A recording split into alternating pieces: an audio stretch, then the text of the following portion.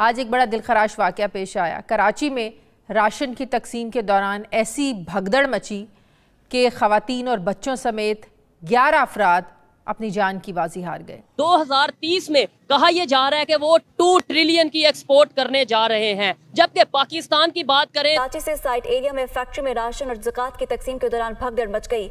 सरकारी मुफ्त आटे की कतारों में आटे के बजाय मौत बांटी जा रही है। आटा नहीं बल्कि लोगों के बीच जलालत बांटी जा रही है।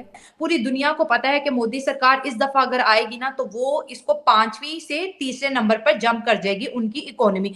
ये जो 11 खानदान है जिनके बच्चे वेट कर रहे होंगे बाबा आटा लेकर आएंगे, सस्ता आटा या खैरात का आटा, ये तो सेठ ने बुलाया, अपनी फैक्ट्री के बाहर लाइन लगवाई हुई है, हम खाना खाएंगे। डॉलर डॉलर डॉलर डॉलर, भिखारी मांगना, खैरात मांगना, बैंकरप्सी, फ्रॉड, धोखा, और डॉलर के बगैर किसी से आप शेक हैंड भी नहीं करते। ये इमेज है आपका इसमें।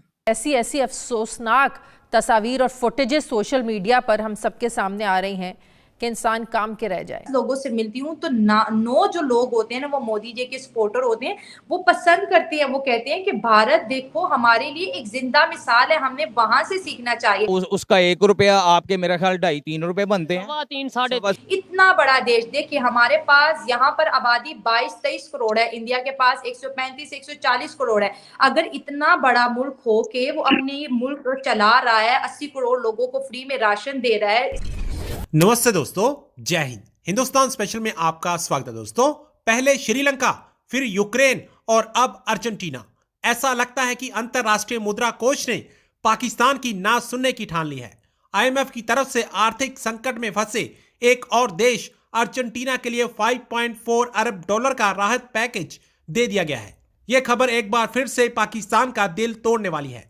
पाकिस्तान पिछले कई दिनों से आईएमएफ की तरफ उम्मीद भरी नजरों से देख रहा है, लेकिन उस पर संस्था की तरफ से अभी कोई फैसला नहीं लिया गया। उल्टे उसकी ही तरह मुश्किलों में घिरे दूसरे देशों के लिए लोन पैकेज का ऐलान किया जा रहा है। पाकिस्तान और आईएमएफ के बीच 9वें रिव्यू के लिए हुई वार्ता को 2 महीने पूरे होने वाले हैं। आईएमएफ के कार्यकारी बोर्ड की तरफ से शुक्रवार को अर्जेंटीना के लिए 5.4 अरब डॉलर वाले कर्ज का ऐलान किया गया, लेकिन पाकिस्तान की तरफ आईएमएफ कोई ध्यान नहीं दे रहा। पाकिस्तान में आए दिन आटे के लिए लोग मर रहे हैं और अब तो लोग भी उम्मीदें छोड़ रहे हैं। तो चलिए दोस्तों, आज की वीडियो की तरफ चलते हैं। Thank you so much. और इस वक्त ये खबर चल रही है टीवी के ऊपर, देख लें, मैं आपको जियो की वेबसाइट दिखा रहा हूँ। आटा बंटने की तकसीम में भगदड़, 11 अफराद जाम हक। अभी एक जगह मैंने पढ़ा है, कोई कह रहा है 9 बॉडियां पहुंची हैं अब्बासी और 2 पहुंची हैं सिविल। सिर्फ इतनी सी गुजारिश है। 31 मार्च को 11 लोग आटे की लाइन में लग के मर गए। 21 मार्च को मुजफ्फरगढ़ कोटअद्दू में 2 शहरी मर गए। साहिवाल 28 मार्च को 19 खवातीन जख्मी हो गई। आप इंतजार कर रहे होंगे कि बेटा अब तक घर नहीं पहुंचा, अफ्तार पे ऑफिस से आ रहा होगा, फला बेटा नहीं आया, फला रिश्तेदार नहीं आया। ये जो 11 खानदान है जिनके बच्चे वेट कर रहे होंगे बाबा आटा लेकर आएंगे, सस्ता आटा या खैरात का आटा, ये तो सेठ ने बुलाया, अपनी फैक्ट्री के बाहर लाइन लगवाई हुई है, हम खाना खाएंगे, हम अफ्तार करेंगे। उनको नहीं मालूम कि अभी उनको कितने प्रोसेस से गुजरना है। खाना मिलेगा लेकिन बाप जो लाया वो नहीं मिलेगा।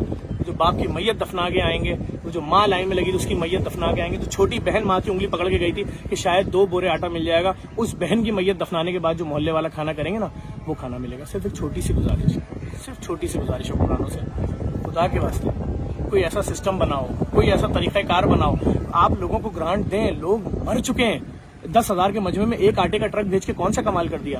हर मुल्क के अंदर जवाल भी आता है, उसका अरूज टाइम भी आता है, लेकिन हमारी बदकिस्मती ये है कि हम सिर्फ पीछे की तरफ जा रहे हैं। जितनी भी गवर्नमेंट आती है, बजाय बेहतरी के हर गवर्नमेंट पिछली गवर्नमेंट से ज्यादा कर्जा उठाती है, ज्यादा इंटरेस्ट पे कर रही है और हालात ज्यादा ही खराब होते हैं। जैसे अगर मैं भारत की बात करूं, 2024 का इलेक्शन वहां पे होने जा रहा है। पूरी दुनिया को पता है कि मोदी सरकार इस दफा अगर आएगी ना तो वो इसको 5वीं से तीसरे नंबर पर जंप कर जाएगी उनकी इकोनॉमी, क्योंकि उनका एक एक्सपीरियंस है, उनको अच्छे से हुकूमत की समझ है। हमारे यहाँ सबसे बड़ी चीज जो है, जैसे आपने कहा कि हम भी गए आईएमएफ के पास, लेकिन उसके बाद हम दोबारा कभी नहीं गए। लेकिन हमारा ये 23वां दफा है कि हम आईएमएफ के पास बार बार जा रहे हैं, लेकिन हमें 1.2 बिलियन तक, इतनी छोटी सी अमाउंट है जो वो नहीं दे रहे।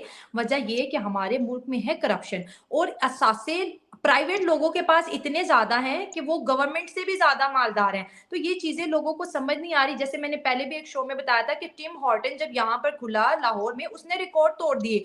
मेन स्ट्रीम पे चल रहा है कि पाकिस्तान डिफॉल्ट हो रहा है, लोग मर रहे हैं, आटे की लाइनों में मर रहे हैं, चीनी नहीं, ये नहीं, लेकिन जितने बड़े बड़े ब्रांड देख लें उसमें पांव रखने की जगह नहीं। तो मुझे लगता है कि हमारा जो फिलवक्त जो मुल्क है वो दो लाइनों में तकसीम हो गया। एक लाइन गरीबों की है जो आटे की लाइन के पीछे लगी है, दूसरी वो लाइन है जो अमीरों की है जो ब्रांड के पीछे लगी हुई है। उनको कोई फर्क नहीं पड़ा हुकूमत कौन सी आ रही है कौन सी जा रही।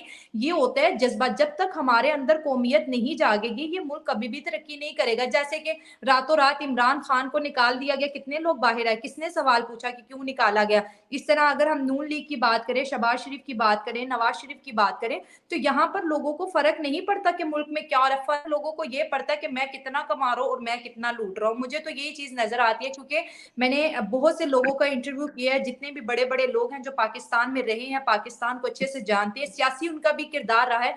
वो कहते हैं कि Pakistan is a failed state, ये कभी मुल्क बना नहीं, आप कभी कौम ही नहीं बने। जब हम कौम ही नहीं बने तो आप बताएं हमने क्या तरक्की करनी है। सब बटे हुए हैं यहाँ पे। जब तक हम बटे हुए हैं हमारी इकोनॉमी पीछे जाएगी और आने वाले 2 सालों में कहते हैं कि यहाँ पर गुर्बत और भी बढ़ेगी क्योंकि हमारे पास कोई प्लान नहीं है इस इकोनॉमी को चलाने के लिए सिवाय कर्जे के। हमसाया कंट्री इंडिया ने इस साल 750 बिलियन की एक्सपोर्ट की है और आने वाले 2030 में कहा यह जा रहा है कि वो 2 ट्रिलियन की एक्सपोर्ट करने जा रहे हैं। जबकि पाकिस्तान की बात करें तो इलेक्शन कमीशन ऑफ पाकिस्तान ने रिसेंटली अनाउंस किया है कि हमारे पास इलेक्शन करवाने के लिए भी पैसे मौजूद नहीं है। पाकिस्तानी पब्लिक से बात करेंगे, हर चीज में हमें उनका मुकाबला बताया जाता है, हर चीज में हमें यह बताया जाता है कि इंडिया ये है तो हम ऐसा करेंगे वैसा करेंगे। तो अगर आज इंडिया अपनी एक्सपोर्ट बढ़ा रहा है, आज इंडिया की इकोनॉमी ग्रो हो रही है, तो अब पाकिस्तानी पब्लिक क्या इस हवाले से राय रखती है? क्या इस चीज में भी हमें कंपटीशन करने की जरूरत है या कम से कम कंपटीशन करने की कोशिश करनी चाहिए? नहीं। पाकिस्तानी पब्लिक, पाकिस्तानी बिजनेसमैन इस हवाले से क्या राय रखते हैं जानेंगे इस वीडियो में।